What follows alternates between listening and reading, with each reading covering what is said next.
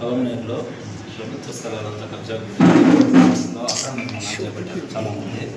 గత ప్రభుత్వంలో చాలా భూములు జమ చేసి స్కూల్ స్థలాల నుంచి అన్నింటినీ కూడా ఆక్యుపై చేసి ఇచ్చేశారు. అక్రమ లేఅవుట్లు కూడా ఇందులో ఉన్నాయి. వీటన్నిటిపైన మీరు చర్యలు తీసుకోవాలనేసి కోరుతున్నాం సార్.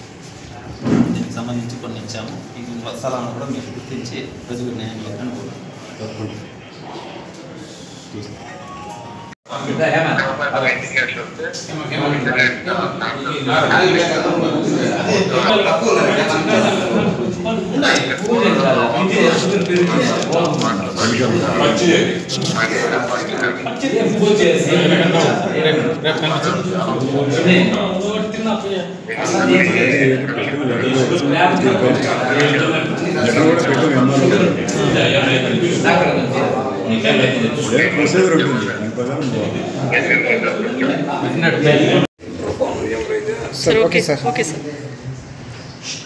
అందరికీ నమస్కారం.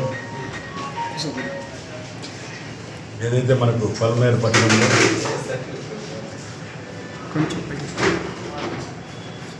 ఇప్పుడు కొన్ని ఫిర్యాదులు అయితే ఇప్పుడే ఇవ్వడం జరిగింది. ఈ ఫిర్యాదు మేరకు కాకుండా ప్రభుత్వం కూడా దీంట్లో స్పష్టంగా ఎప్పుడైనా ఆక్రమణలపైన తగు చర్యలు తీసుకోవడానికి ఇప్పుడు కూడా ముందుంటుంది. అక్రమ లేఅవుట్లో ఇంతకుముందే గతంలోనే మనం బ్లాక్ లిస్ట్లో పెట్టడం జరిగింది.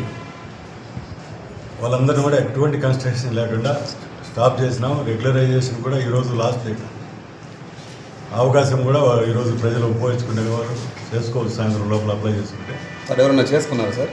ఇంతవరకు కొంతమంది ఏమో ఇండివిజువల్ ప్లాట్స్ చేసుకునేటువంటి డీటెయిల్స్ కావాలి. అలాగే ఎవరు కూడా మన పట్టణంలో, ఎందుకంటే రాబోయే కాలంలో మన రోడ్లు అనేటి జనసాంద్రత పెరుగుతుంది. ఇప్పటికే ట్రాఫిక్ సమస్య పెరిగిపోయింది. ప్రజలందరూ అర్థం చేసుకొని ఎవరైతే ఈ ఆక్రమణదారులు ఉన్నారో వాళ్ళందరూ కూడా స్వచ్ఛందంగా తొలగిస్తే బాగుంటుంది. సార్, మన పట్టణ ఎమ్మెల్యే గారు కాలేజ్ గారు విద్యానగర్ దగ్గర అక్రమ స్థలము ఆక్రమణ చేసుకుంటున్నారు అనేసి అక్కడ వచ్చి మన నిరసన వ్యక్తం చేశారు. అది నిజంగానే అక్రమ స్థలమా? దాని కింద పైప్ లైన్ ఉందా? దాని గురించి మీరు అప్రూవల్ ఇచ్చారా? ఏం దాని స్టేటస్ ఎంత? అన్నీ కూడా చూస్తున్నాము. అది జరిగిన తర్వాత డీ ఫార్మ్ అయితే 2007లో ఇచ్చినట్టుంది. కాకపోతే దాని పూర్తి స్థాయిలో ఎంఆర్ఓ గారి నుంచి ఒక లెటర్ పెట్టడం జరిగింది. దాని యొక్క కన్ఫర్మేషన్ తీసుకుంటాము. అలాగే ప్లాన్ అప్రూవల్ కూడా 2018లో చేసినారు.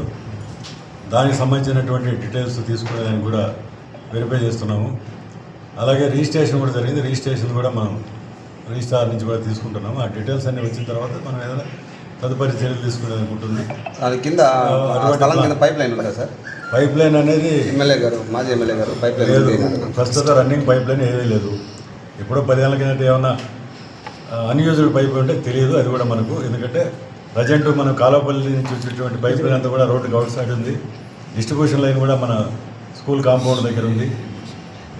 మా ఇంజనీరింగ్ సిబ్బంది కూడా విచారించినాం. దాంట్లో లేఅవుట్ కూడా మార్కింగ్ కూడా తయారు చేసి ఇచ్చినారు. ప్లాన్ కూడా ప్రజెంట్ రన్నింగ్ పైప్ అయితే ఎక్కడ లేదు సార్. మీ రికార్డు ప్రకారం వాళ్ళు అక్కడ ఎన్ని సంవత్సరాల నుంచి ఉన్నారు?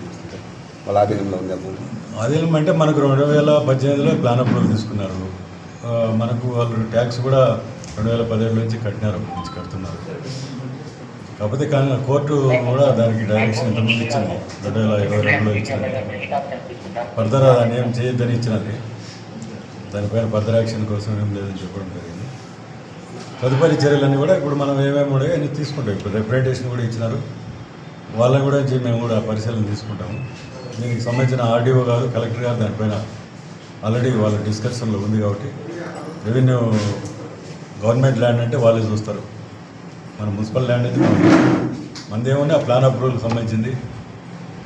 దానికి సంబంధించినటువంటి ట్యాక్స్ గురించే మనం మాట్లాడతాము.